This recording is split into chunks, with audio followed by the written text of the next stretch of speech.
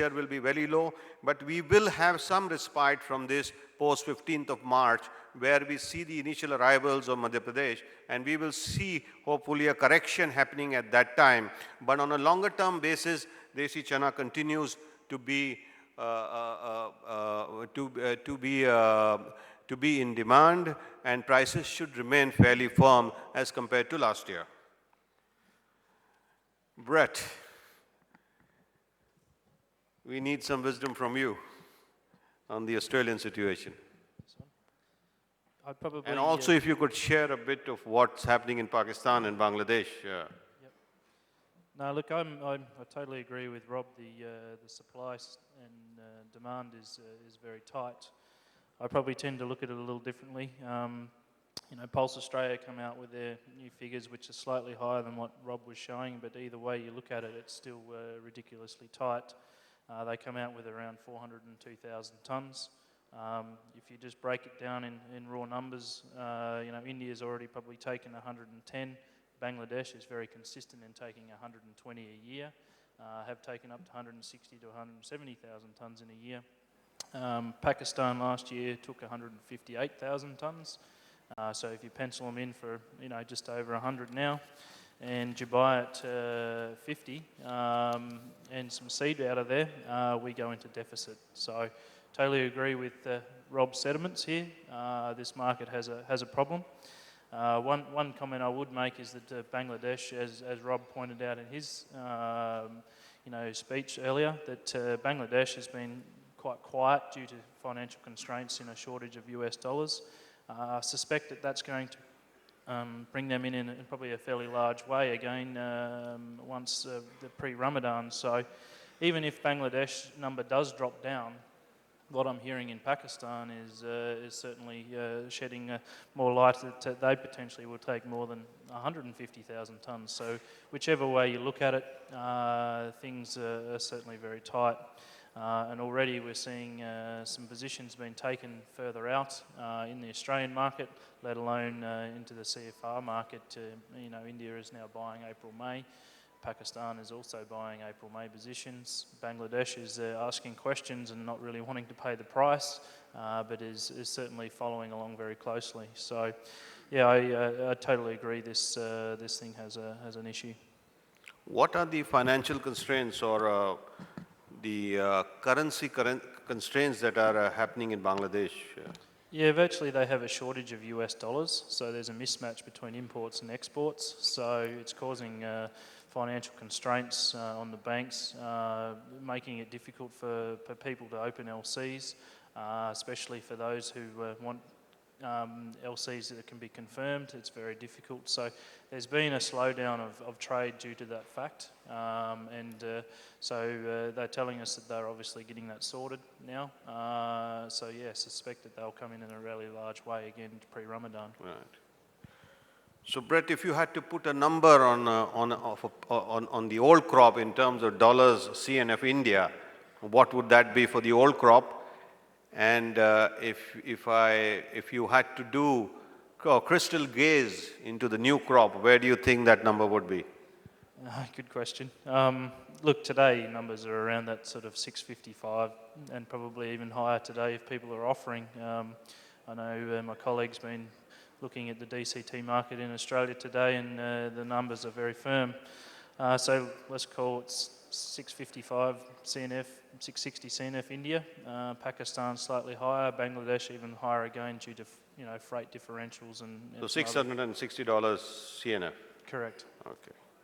So if you had to make an educated guess or what price you wish the new crop will be, look, either way, let us know your new crop number. Long way out. Look, if you're looking at it from a supply and demand situation, if we have a crop shortage globally and we're leading into Australian new crop, you would suspect that September, October, November position will be very heavily bid because there is going to be some shortages. So unless there's a currency correction, which is potential, but I would say we're poised at these 650 to 700 CNF type numbers. 650 to 700 for new crop, huh? Yeah. Wow. And is this on? That's is for this prompt. on? That's for prompt shipment. But once we Is get this your beyond wish price or? no, look, you always wish for more, Praveen. Come on. No, look, it's difficult to see downside in this market, especially for those front months. Right. But after that period, well, then who knows? Right. So I'd be cautious. Right. Okay. Thank you very much, Brett.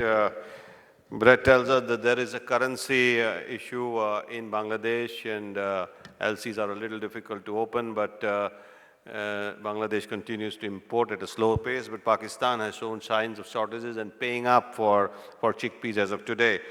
Rob, since we are on the topic of Australia, I would like you to put some prices on old and forecast for new.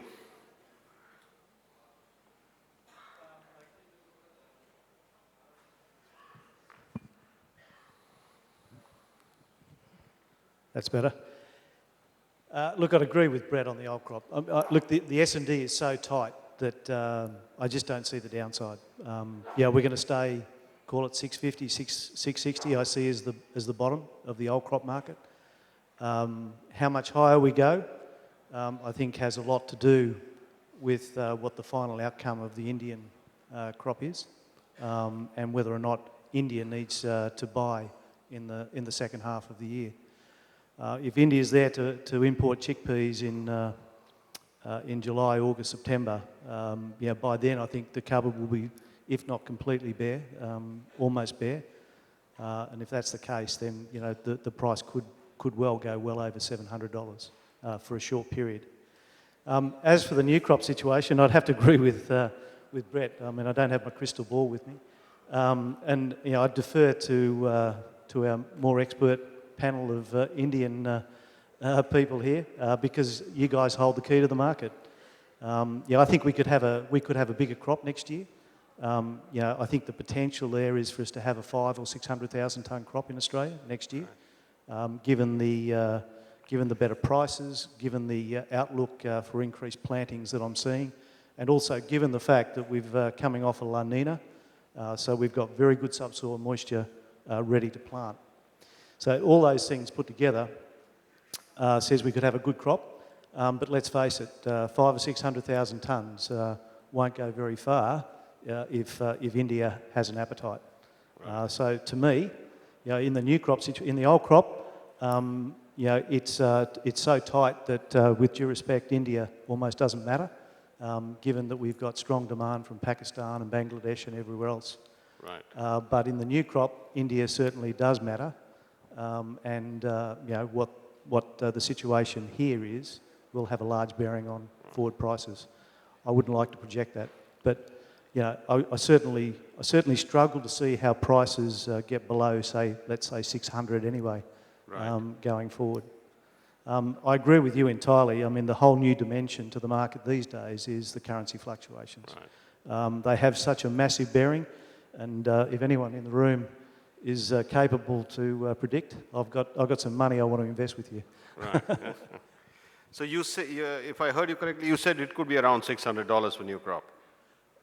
Look, if the Australian dollar stays as strong as it is at the moment, over parity with the US, then I think on a CNF basis, Australian chickpeas will struggle to get below $600. Right. Yes. Right. Pradeepji, what do you think? Where the Indians will buy old crop chickpeas, and what would you pay for new crop chickpeas if you had to commit today? Old crop ka 650, 660 or new crop ka 600 to 650? 600 to 650.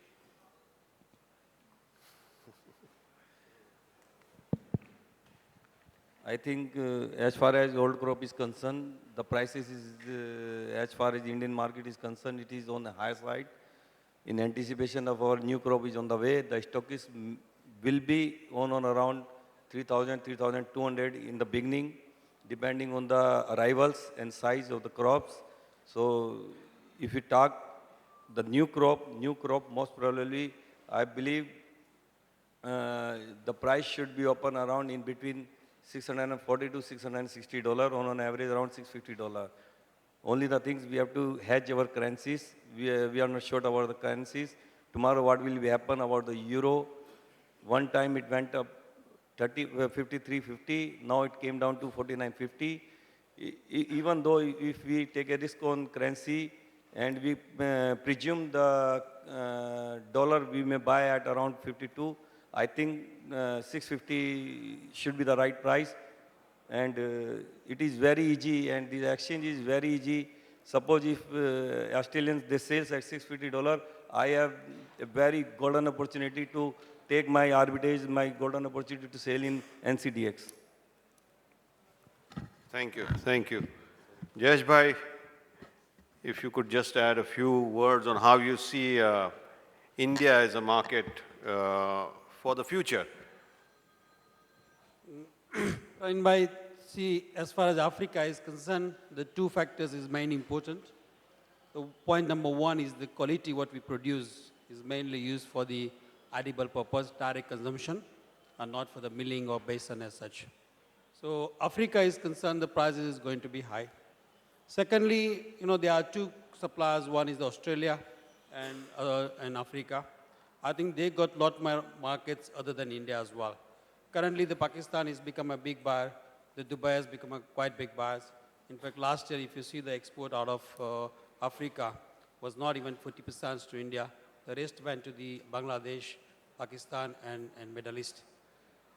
As for way I feel it personally, the Indian market, I think the prices would be decided by the India, the new crop.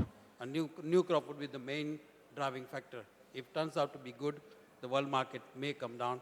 Otherwise, I don't see the market would come down below 600. Correct. Thank you. Thank you, thank you. So we throw the dais open to the audience. Please direct your questions to any of the panelists. Can we have a mic going around, please? Yeah, Praveen, I have a question. I think Indian production has a significant role in determining the prices because we are the world's largest producer of chickpeas.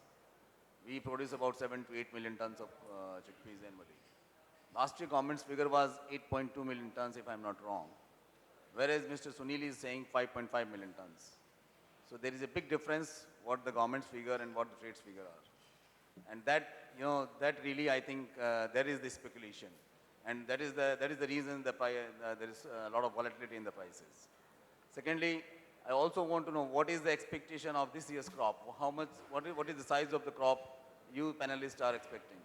So I think that will determine the price. So can you please let me know on both the scenarios last year as well as this year? Anybody would like to take the question, Pradeep ji? Last year का production क्या था India में और सरकार का number और private trade के number में इतना बड़ा फर्क क्यों है कि हम 5.5 Actually, our Indian government, the ministry sides, they never differentiate between the chickpeas. They just say desi chickpeas as well as they added the Kabuli chickpeas. So the figure given by the ministry, Indian ministry side, it includes the partly Kabuli chickpeas. In fact, last year the crop would be around, as Mr. Sunil Baldeva said, it would be around 5.5 to 5.6 million ton. And this year, I believe it will be below than 5 million ton. 1.7 million ton is produced by MP and mostly targeted 1.2 million by Rajasthan. Now this year, I believe it should not be more than 700,000 ton. And if we take another 3,000 ton, 300,000 ton from Andhra Pradesh and Karnataka, around 400,000 ton from Maharashtra, altogether should not be below than 5 million ton if we talk about the desi chickpeas. And certainly the Kabuli chickpeas is more or less 60-70% more compared to last year. It would be more than around 600,000 ton this year. Thank you, Pradeep. Mrs. Gangamurthy, would you like to comment on this big disparity between the government numbers and private estimates? Before she takes the question, I think the Kabuli production was hardly just 200,000 to 300,000 tons. If we take that into also account, The difference between the government figure and the trade figure is very wide, and I think that is causing the whole speculation. No, your question is well noted and your point is well noted, but we ourselves are trying to solve the puzzle, so I have just asked that whether Mrs. Gangamurthy would like to respond to that. Give the- Mrs. Gangamurthy is the principal economic advisor. And Desi together. Sorry? We actually add up both Kabuli and Desi Chana and then give the figures. I think that must be causing this disparity. Possibly. Thank you. Thank you. Thank you. Any other questions, please? Yeah. Yeah, good evening, sir. I don't know who could probably answer my question, but I feel maybe Mr. Jindal could address this. I am basically an exporter, and I am here in this conference only and only to source chickpea supplier.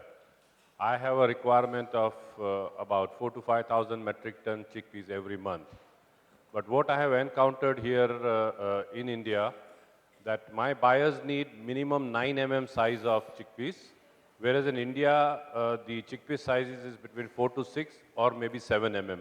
Why we are not able to supply 9 mm? My buyers are dependent on the overseas supply. India is the focus country. We have chickpeas, but the size is not available. Can Sir- anybody throw an idea why this 9 mm blockage is there? Sir, we have a separate session for that. I think that is tomorrow, the Kabuli Chana session. The Kabuli Chana session is tomorrow, so you'll have No, a it's the panel same. of experts to respond to you on that, because No, when you we talk talking- about we 9 talking- millimeters, I guess you are talking about the Kabuli chickpeas. Chickpeas as a whole, 9 mm. Gaurav, I would like Right. your opinion. Kabuli, okay. The buyers don't say Kabuli or Desi or anything. They say just chickpeas, 9 mm. Right, That's right, it. right. But there is another session tomorrow which